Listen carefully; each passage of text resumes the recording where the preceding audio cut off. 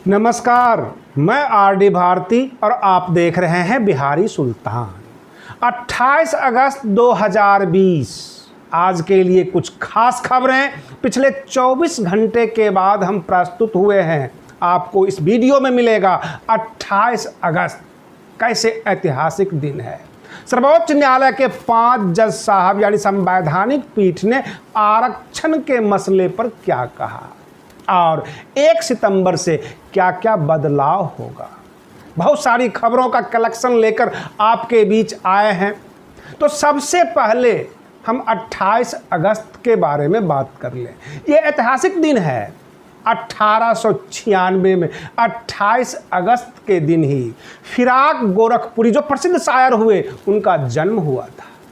1914 में 28 अगस्त को ही प्रथम विश्व युद्ध का ऐलान हुआ था और 2008 में 28 अगस्त को ही फोर्ब्स मैगजीन दुनिया के 100 शक्तिशाली महिलाओं में बहन मायावती जी को इंक्लूड किया था।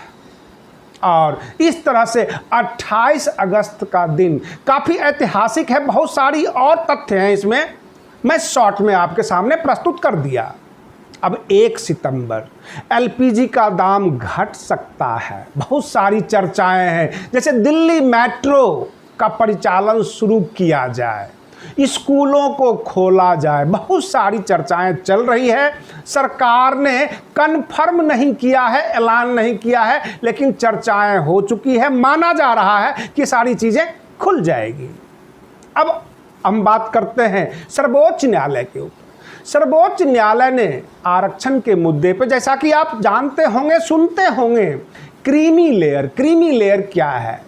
जैसे सर्वोच्च न्यायालय के 5 जज साहब ने कहा कि अमीरों को खुश करने के लिए फलों की पूरी टोकरी तो नहीं दी जा सकती ना। बात भी सही है कि अमीरों को क्यों खुश किया जाए। ये बातें कहाँ से उठी है। आरक्षण के मसले पर ये कहा गया SC/ST समाज में सबको आरक्षण नहीं मिल पाया। आरक्षण का लाभ जिसके लिए संविधान में लाया गया था वह पूरे समाज को नहीं मिल पाया। जो ताकतवर लोग थे, जो पैसे वाले लोग थे, उन्होंने इसका लाभ उठाया। हमने भी अपने रिपोर्टिंग में ये पाया। अनुसूचित जाति अनुसूचित जनजाति निगम है देश के हर जिले में, और ताकतवर पैसे वाले लोग बलेरो तक निकाल लेते हैं, वहाँ से लोन लेते हैं। फोटो स्टेट मशीन से इंस्टीट्यूशन को सेटअप बनाने के लिए, स्टार्टअप के लिए वहाँ से लोन लेते हैं। लेकिन एक गरीब बहुजन समाज का व्यक्ति अगर एक बकरी के लिए लोन लेने जाए तो उसको नहीं मिल पाता। इतना बड़ा भेदभाव क्यों? या तो महाभ्रष्टाचार है या कुछ न कुछ कहानी है। जब आरक्षण का मसला आया तो वहाँ पे एग्जाम्पल रखा गया, जैसे कि आप समझ सकते हैं, जमुई लोकसभा क्षेत्र है बिहार का, और बहुजन समाज का एक बच्चा, क्योंकि रिजर्व सीट है, वहाँ से नामांकन कर दे लोकसभा चुनाव लड़ने के लिए, और वहीं से नामांकन किए हैं चिराग पासवान, जो पिछली बार लोकसभा से चुनाव जीते हैं। क्या चिराग पासवान के सामने एक गरीब बहुजन समाज का लड़का चुनाव जीत पाएगा? क्या ये सच नहीं है? और इन्हीं तथ्यों को लेते हुए यह देखा गया समाज में SC में भी कई जातियां हैं, ST में भी कई जातियां हैं। उन जातियों के अंतर्गत कुछ पैसे वाले भी हैं, मुट्ठी भर पैसे वाले होंगे, सबके सब नहीं हैं, परंतु आरक्षण का लाभ, रिजर्वेशन का यानी रिजर्व सीट का लाभ मुट्ठी भर लोगों को ही मिलता है, सबको नहीं मिलता।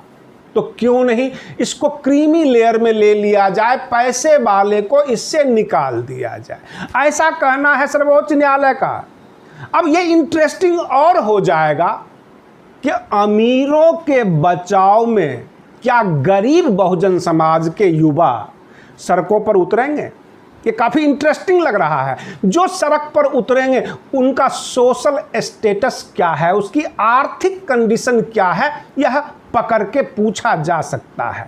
या ये कहा जा सकता है कि आप बड़े बड़े नेताओं के सपोर्ट में उतरे हैं। कई बार हमने पाया कुछ मुद्दे ऐसे होते हैं जिससे समाज का कोई भला नहीं होता, केवल और केवल राजनीति होती है।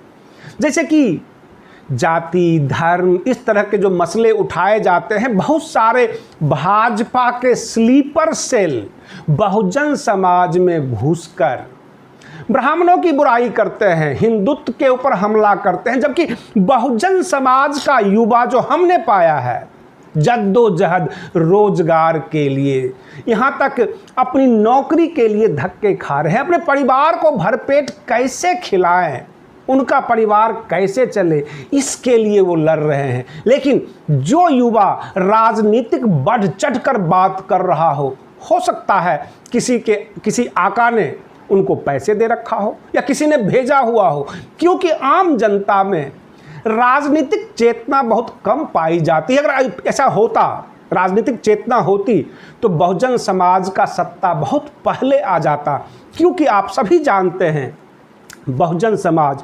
85% है, सबके सब दुखी हैं। सब अगर एक हो जाएं, पूरी जनता जाग जाए, तो बहुजन सत्ता आ सकती है। लेकिन बहुजन समाज में मुट्ठी भर जो नेता हैं वो युवाओं को भड़काते हैं, राजनीति सिखाते हैं, केवल और केवल अपने फायदे के लिए। योजनाएं लाख बनाई गई, फायदा कहीं से नहीं हुआ, किसी को नहीं हुआ। मैं आपको स्पष्ट कर दूं, निष्पक्ष पत्रकारिता चारों तरफ हमले करती है। हमारे रामविलास पासवान जी आज कहाँ बैठे हुए हैं, किसके पास बैठे हुए हैं? सत्ता की लालच में।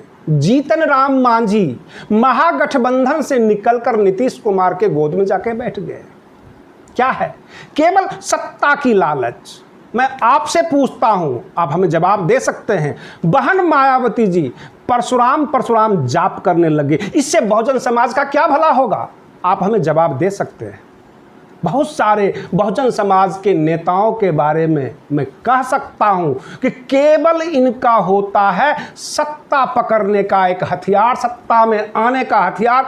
बहुजन समाज के युवाओं के लिए किसी ने लड़ाई नहीं लड़ा, ये मैं ईमानदारी से आपको कह सकता हूं, क्योंकि मैं रिपोर्टिंग करता हूं, मैं घूमता हूं समाज में, इनकी बदहाली को देखता हूं। अगर सर्वोच्च न्यायालय क्रीमी लेयर को हटा रही है, तो मैं सर्वोच्च न्यायालय से एक मांग कर दूंगा कि जो गरीब तबका है इसकी आरक्षण की लिमिट बढ़ा दे।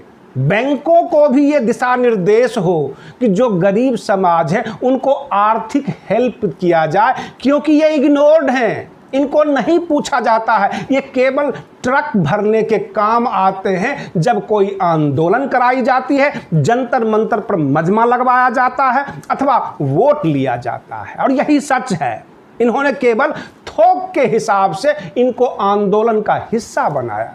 किसी के रोजगार, किसी के घर कैसे चलेगा, इसके बारे में किसी नेता ने नहीं सोचा है। वर्तमान में जो लॉकडाउन और अनलॉकडाउन चल रहा है, देश में कोरोना का संकट आया और इसमें 2 करोड़ से ज़्यादा युवाओं की नौकरी चली गई। मैं उम्मीद करता हूं अगर बहुजन समाज के नेता बहुजन समाज को लीड कर रहे हैं, नेतृत्व कर रहे हैं, तो रामविलास पासवान जी, बहन मायावती जी, जीतन राम मांझी जी और जितने भी बहुजन समाज के बड़े बड़े, यानी आज़ाद साहब, चंद्रशेखर आज़ाद, सब के सब जंतर मंतर पर आएंगे, सब एकजुट होंगे बहुजन समाज के लिए। मैं उम्मीद करता हूं बहुजन समाज सबका है। क्या उसके लिए बहन मायावती जी, रामविलास पासवान जी, चंद्रशेखर आज़ाद जी एक स्टेज पर आकर इन युवाओं के लिए कुछ बोल पाएंगे? राजनीतिक नेतृत्व, राजनीतिक जो है ताकत आपकी अलग अलग हो सकती है, लेकिन समाज के नाम पे क्या आप एकजुट हो पाएंगे? यहाँ पर समाज दर्द से कराह रहा है, परेशान है, और आपको केवल राजनीति नजर आती है। आप इस आरक्षण के मुद्दे पर अमीरों के लिए गरीब के बच्चों को गोलियां खिलवाएंगे, ये हम जानते हैं। आप आंदोलन करवाएंगे अमीरों के बच्चों के लिए, क्योंकि उसमें क्रीमी लेयर की बात हो रही है। मैं उम्मीद करता हूं कि आप हमारी तमाम बातों को समझ रहे होंगे और मैं इन्हीं बातों को लेकर विराम देता हूं। आप बने रहिए बिहारी सुल्तान चैनल के साथ। फिर मिलते हैं हम अगले वीडियो में, तब तक के लिए धन्यवाद।